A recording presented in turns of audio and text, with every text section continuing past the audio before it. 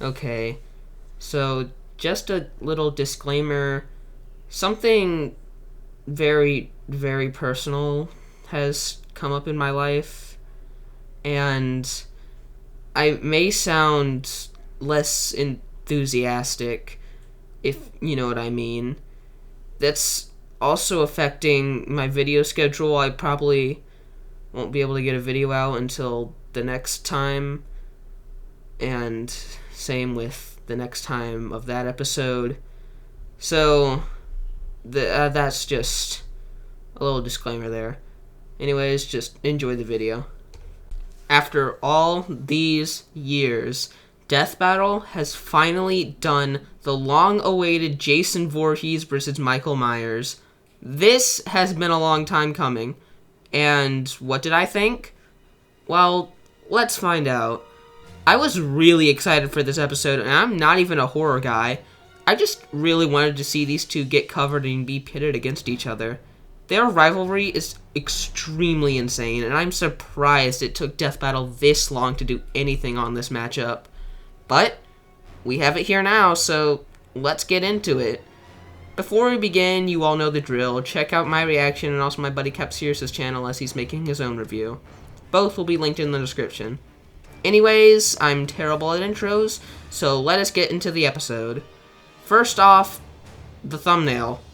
Yeah, I usually don't mention the thumbnails a whole lot, but this is an exception.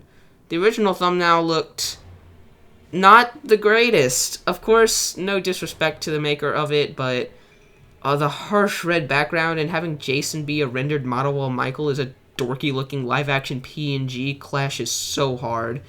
It just wasn't the best to look at. Thankfully, the crew heard the discourse and decided to remake it, and thank God it looks a whole lot better. The models match, the lighting is great, and the background adds instead of clashing, and it just makes these two feel like a threat. Although now it is missing the shadow at the bottom, so... Anyways, now to the actual start of the episode. I really like the interlude. I love how they changed things up here with the gang just having a campfire, telling scary stories. It's just cool to see these characters hang out with each other and be friends.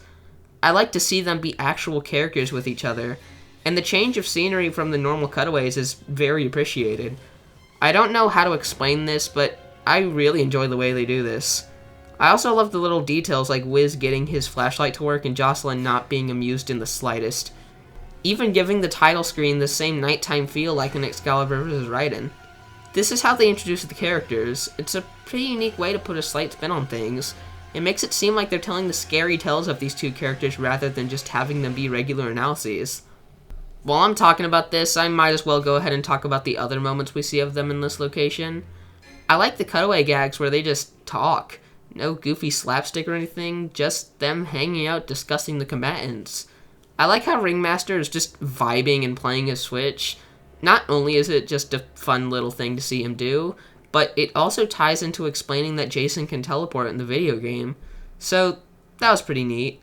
Michael's cutaway gag is pretty fine. It's basically just Jocelyn talking about the Cult of Thorn, and it's fine. I also enjoy how each member of the crew gets picked off one by one. Adds to the tension of what is causing them to go missing and also highlights what the two combatants are all about. From Dummy to Ringmaster, then Jocelyn. Although I do kind of wish they had Jocelyn be the final girl like the Friday the 13th and Halloween movies usually have. That could have been a little neat nod to their series. But seeing Jason appear behind Wiz and Boomstick to close the episode is a pretty tense and mysterious way to end it, as we do not know what happens to them. Well, at least I assume that's Jason, because I don't know why he has that Giga Chad chin right there. Okay, now that we are done with that, let us get to the analyses. They are really good, though they are also unfortunately really short. Yeah, the episode suffers from being the shortest runtime of the season, and every portion of the episode feels a lot shorter than usual. Like, Jason's analysis just went by very quick. I was kind of taken aback by how swift it was. But besides that, the analyses are really good. I think just the hype of them talking about the characters is enough to carry the rundowns, but everything is just unexplainably enjoyable. they're just fun to watch and listen to. I like them arguing over if Jason can teleport, basically turning into film theory, and I also love how they talk about why Michael kills. It's a neat little bit. I also find the parts where Wiz repeats Jason's breathing and Ringmaster thinking that Michael is a Viking pretty funny. And I really admire how they end both analyses. I don't really have any specific words, I just love how the end of their rundowns are said, portraying them as inhumane, terrifying monsters. It's some great stuff. Anyways, analyses were really good, despite being really short.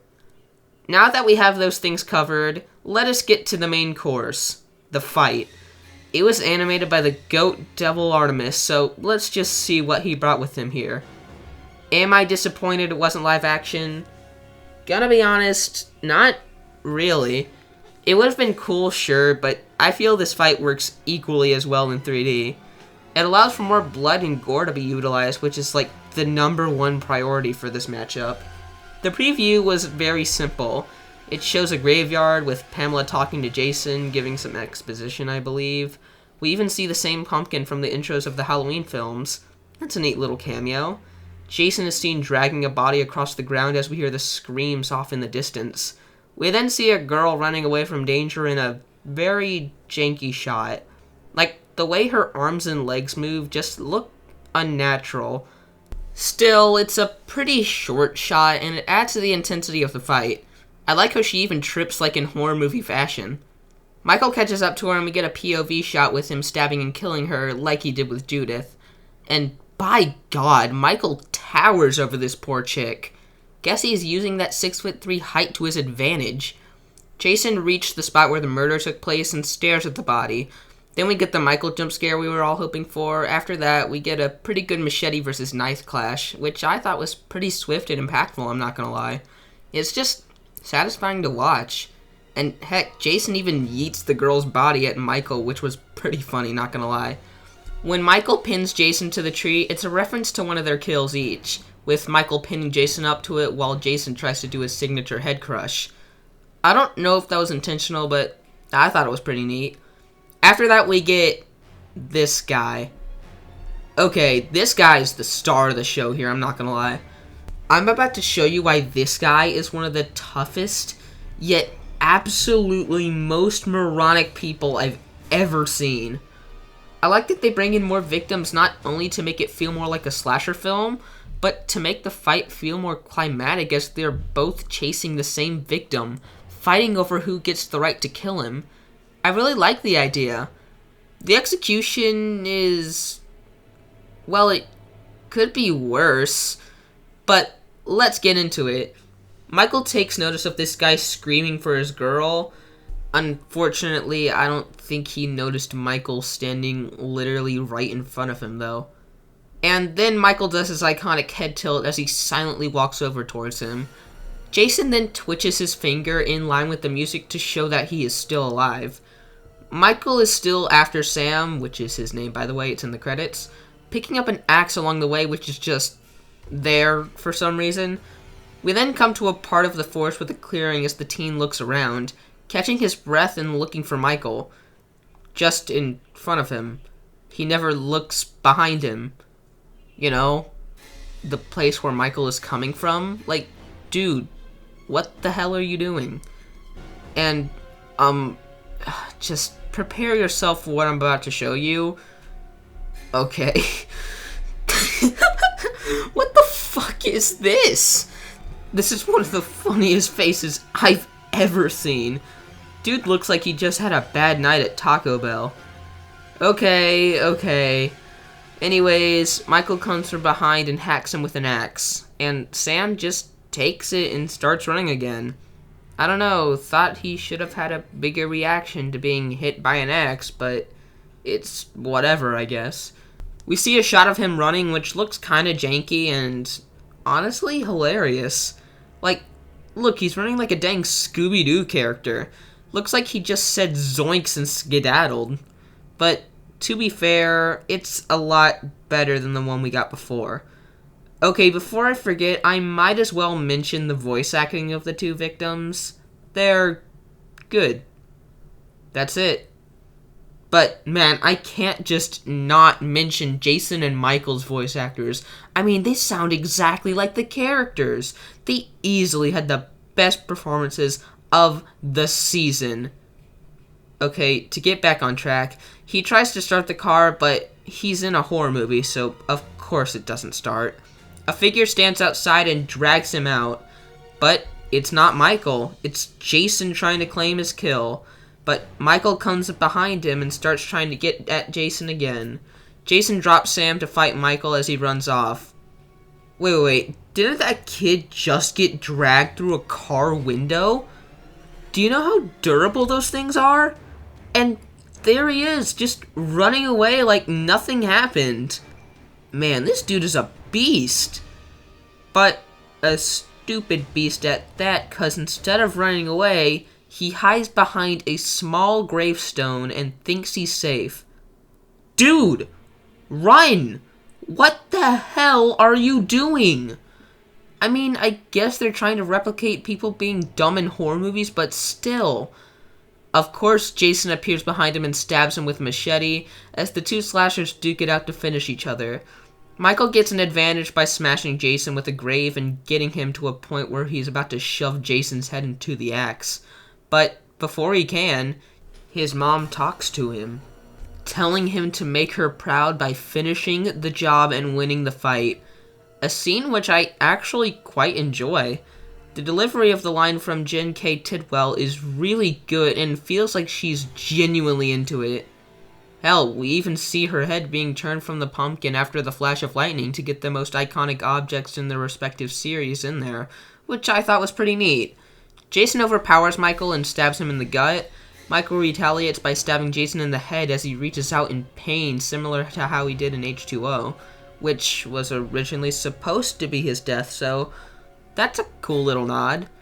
Jason frickin' lodges the damn axe into Michael's head in a gnarly impact before taking out Michael's knife and slicing his head clean off.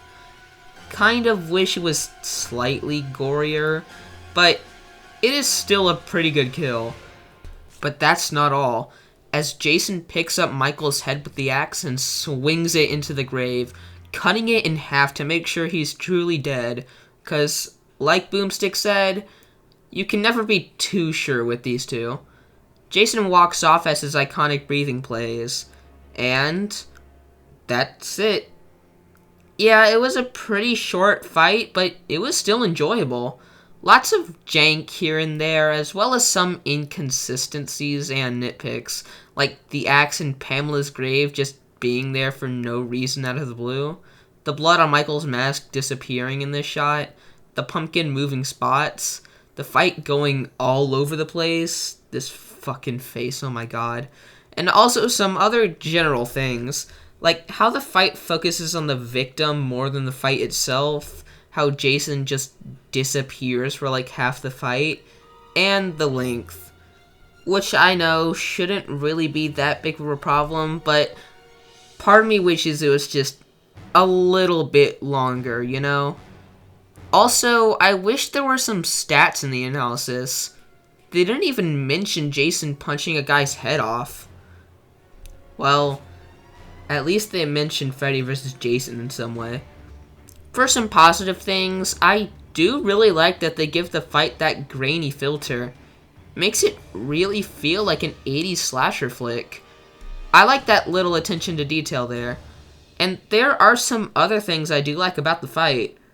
But that is about all I had left to say about it. And that goes for the post-analysis as well. It was fine. Nothing substantial. Anyways, now let's talk about the next time. Sauron versus Arthas, or the Lich King if you prefer.